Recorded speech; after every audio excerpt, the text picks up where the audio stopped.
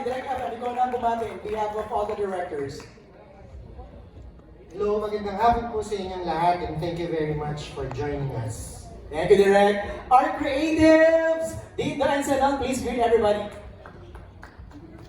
Magandang hapon po. Salamat sa pagpunta dito at pag-support. Thank you very much. Tito Jaime, please greet everybody. Nagulat ka ba? Oo.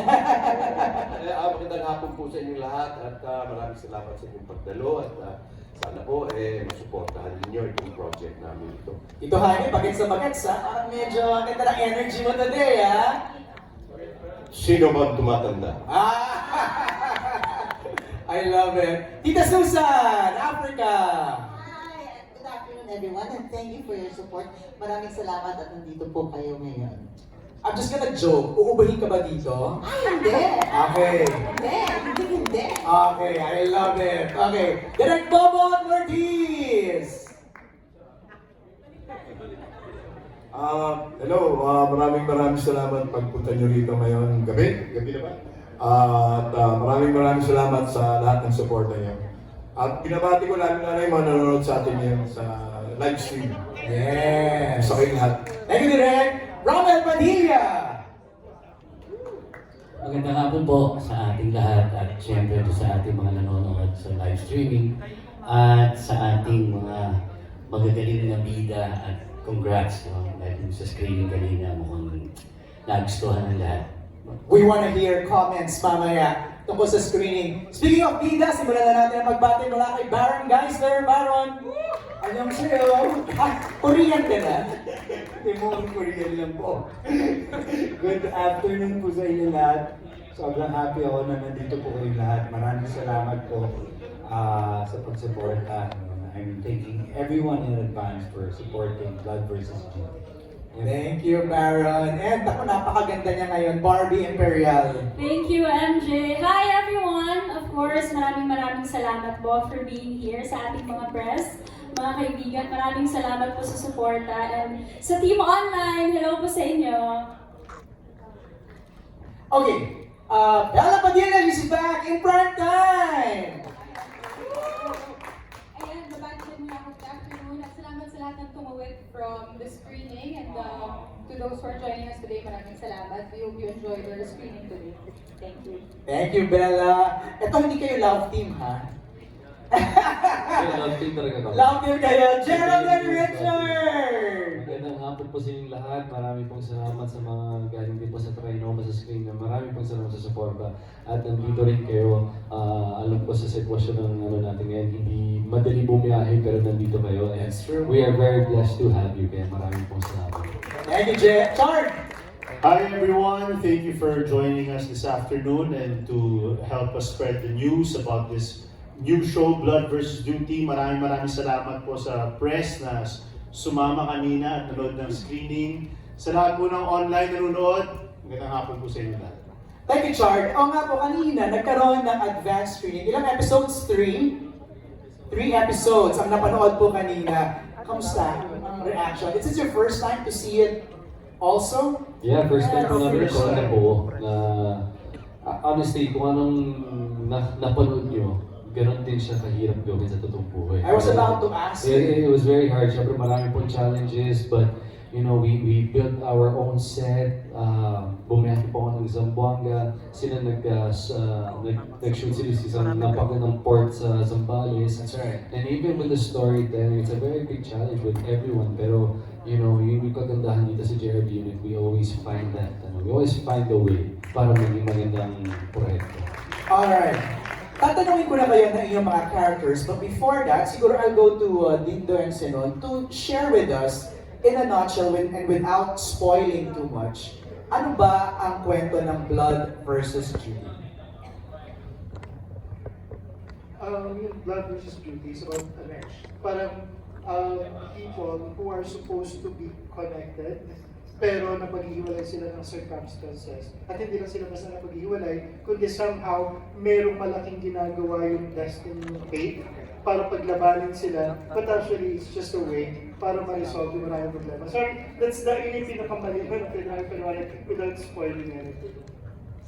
Is this inspired by true events or a true story?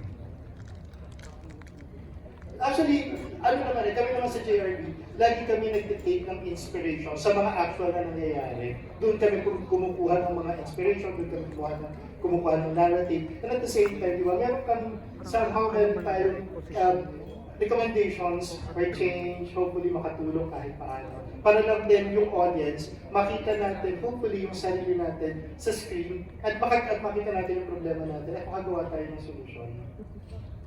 Okay, I'll go to Direct FM, Joy and Rico. Siguro sa POV ng director, baka pwede kayong mag-share what Blood versus Duty is all about. Kasi that's a POV of a writer, no? Direct. Pag ako yung sumagot, masaspoil ko lahat eh. Gusto ko yung kwento lahat. Sobrang exciting kasi. Paano ba? Ano ba yung safe? Well, to add lang din po sa tanong mo kay MJ kung inspired ba siya by, it's not, I don't think it was really inspired by a certain event or moment, pero may isa sa, galing sa screen kanina, nagpa-picture sa akin, and sinabi sa akin, taga Zamboanga po ako, and kung ano po yung napunod ko kanina, parang naranasan ko sa yung Zamboanga siege. It's not based on that, but that's how realistic yung goal namin lahat from the directors to the creative team is going siya as realistic as possible. Kaya para i-comment sa akin kanina, kumaga, naramdaman ko na ginawa namin. May ginawa kami tama. Nice, thanks, Jeff. Direct. I-spoil ko talaga ito pag ako nang sumagot eh. Gusto ko na ikwento lahat eh. Ba't ko na ikwento lahat? Direct FM. Just like what Gerald said, we have consultants from Mindanao. Right after the preview kanina, lumapit yung isang advisor namin na consultant, and she's Muslim. And she was crying. And she was thinking, sabi niya, it's so beautiful. Iyan ang ano niya, ang binitiwan niyang salita. Sabi ko, wala po ba yung iba nating mga kasamahan? Hindi sila nakarating kasi we have an imam who's guiding us also, and he was conducting some prayer sessions. Ako, I'd like to point out the research that the creative team did. For us, this is mga singers naman siguro, very reminiscent yung baril ng Barangay 5 at saka yung Chris. Sa nakakaalam ng history, it will ring a bell sa kanila. Wala pong hindi isinulat na hindi well meant nung ginawa ng creative. Wow. If you read it, if you look back sa mga magulang natin pag tinanong mo,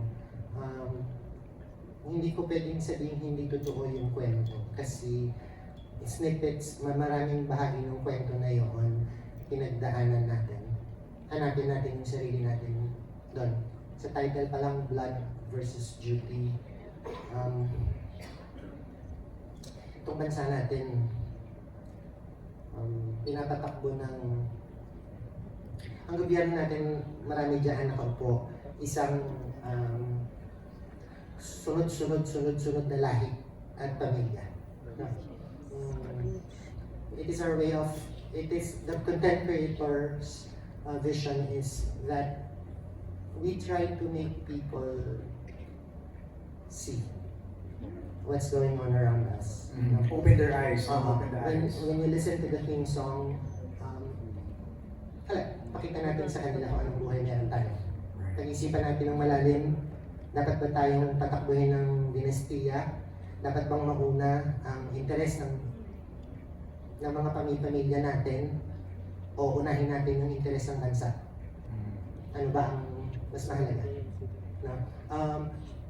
It might be too much for me to say all of these things, but while you will be entertained with the show, you also need to question and ask yourself, what can we do for this country? Siguro yun yung mas malalim na gustong sabihin. And that's the reason why JRB creates, galing po kami sa Sins of the Father. Right. Which also is a question on scam.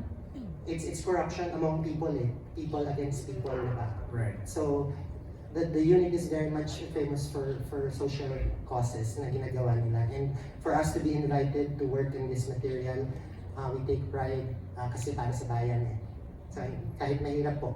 Kung sa lahat ng nakapanood, sabi nga ni Gerald, hindi ganun kadali. Kung gaano kahirap yung pinanood nyo, hindi kayo makahinga. Siguro 10 beses yung hirap na dinanas namin. Pero hindi kami makapagreklamo kasi napaka-meaningful yung sinulat ng creativity. Kaya, yun po. Alright, thank you, Direct FM. Okay, before we go to the cast members and share your characters, let's call in first Miss Julian R. Benitez on stage to join us.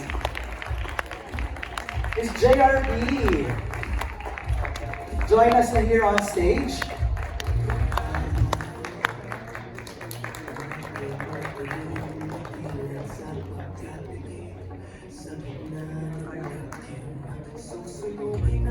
Let's go, join us.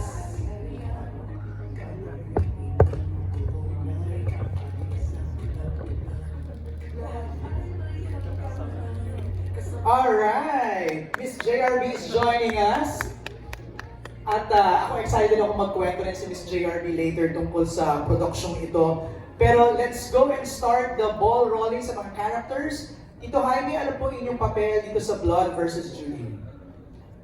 Yes, ang papel ko po dito ay isang Muslim tattoo na medyo siya yung nag-aalaga, may responsibilidad sa isang komunidad na mga mangingisda, basically yung trabaho. At yun, hindi ko masasabi na hindi tayo magkukwento. Pero may dadagdag ko lang kanina yung sinabi ni Gerald, meron din lumapit sa akin kanina after the show na taga Marawi naman. And sinabi niya na yung naranasan na sa Marawi parang ganun. So in other words, it seems like, of course, sabi ko nga, nakipag-consulta ako sa mga kaibigan ng Muslim kasi hindi pwedeng baka ako bawal, hindi bawal, di ba? Kailangan natin yun. So, yun. Basically, that's the story. No? It's a story of family, it's a story of love of country, it's a story of morality and law, at bagay na bagay po sa nangyayari natin ngayon dito sa ating bansa. Napapanahon talaga. Tita Susan, thank you, Tito Jaime. Your role, please. Hi, MJ. As sabi nga ni Miss JRB, wala po akong sakit dito, MJ. Wala akong sakit. I know, I have to clarify. Pero ako ang nagkagawa ng sakit. Ako po, ang role ko po dito ay si Dr. Teresa Reyes. Ako po ang nanay ni Richard Di Marcos na masyado magpagmahal pero nagre-recover pa o hindi pa siya nakaka-recover sa trauma ng pagkawala ng kanyang isa pang anak. Yun po. Okay. Direct Bobot, what is your role here in Blood versus Judy? Ang role ko dito, parang magkaibigan kami ni Dato Roman. Ako naman si Omar, parang leader sa isang community ng mga Muslim dito sa Manila. Okay. So yun, parang magkaibigan kami. So mahirap talaga magkwento, pero nakakalinis sa istorya. Pero yun yung role ko. Pero Direct Bobot, like Tito Jaime, nag-ano ka rin, parang consult your friends, mga ganyan, research. Oo. Tsaka nakaka-relate ako dito kasi back in the 70s, isa ako sa nag-entertain sa Sulu, 500 meters away yung laban. So parang ceasefire lang muna. Nasa Foxhole yung mga sundalo, mag-show kami. Tapos there was a time na nagkagulo, sabay kami sakay ng helicopter. Talagang nagpauso kami para hindi kami tamaan. So, yeah, nakaka-relate ako. Ang dami kong inuwing bala ng kanyo nung araw eh. First-hand experience? Yeah. Being in the middle of... Nandun ako sa Siit, sa Sibaluit, sa Sulu. Kaya nakaka-relate ako dito. Marami akong kaibigang Muslim, kaya siyempre marami din akong kinausap.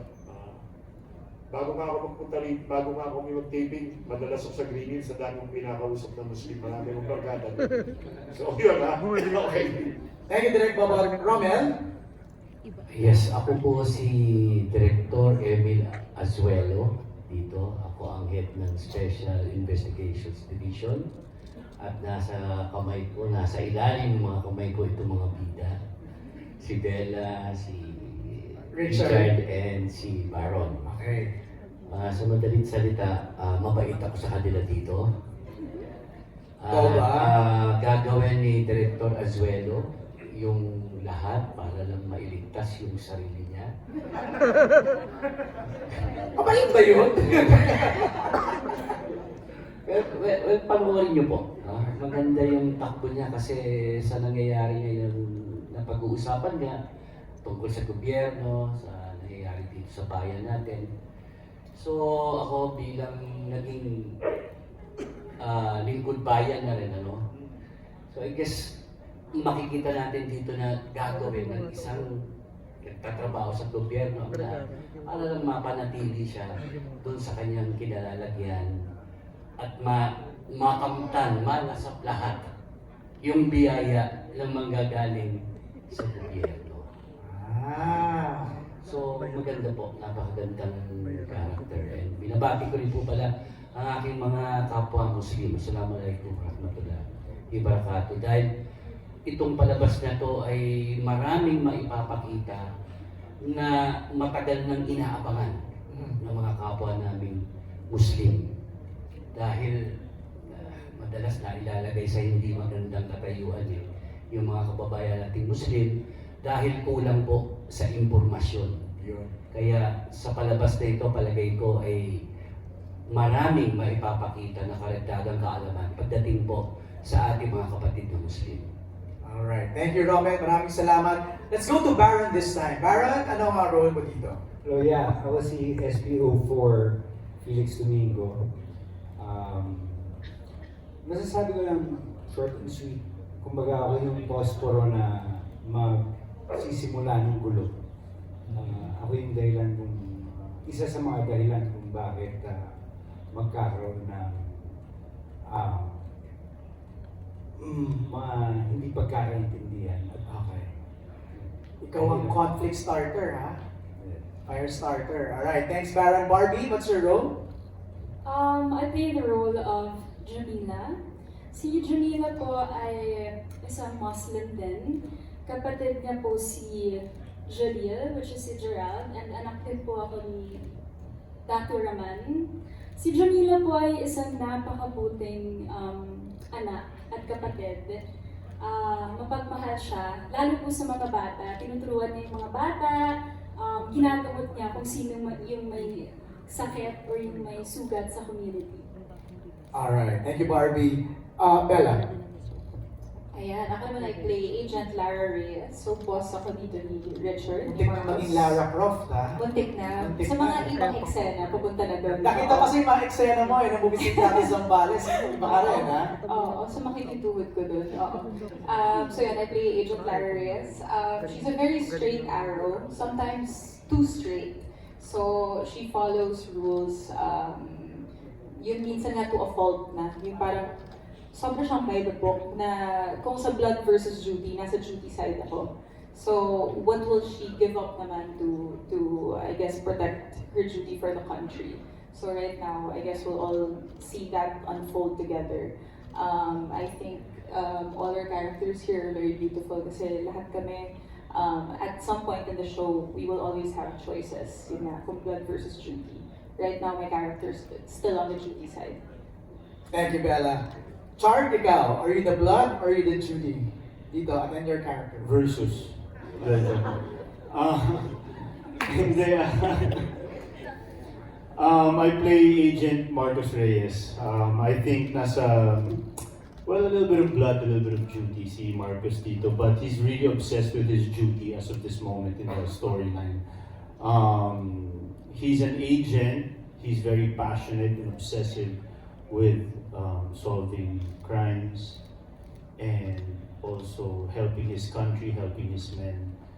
And bigla na lang siya napunta sa isang sitwasyon ngayon kung saan kinakailangan niyang isolve ang sitwasyon na to kahit ano pang kapalit.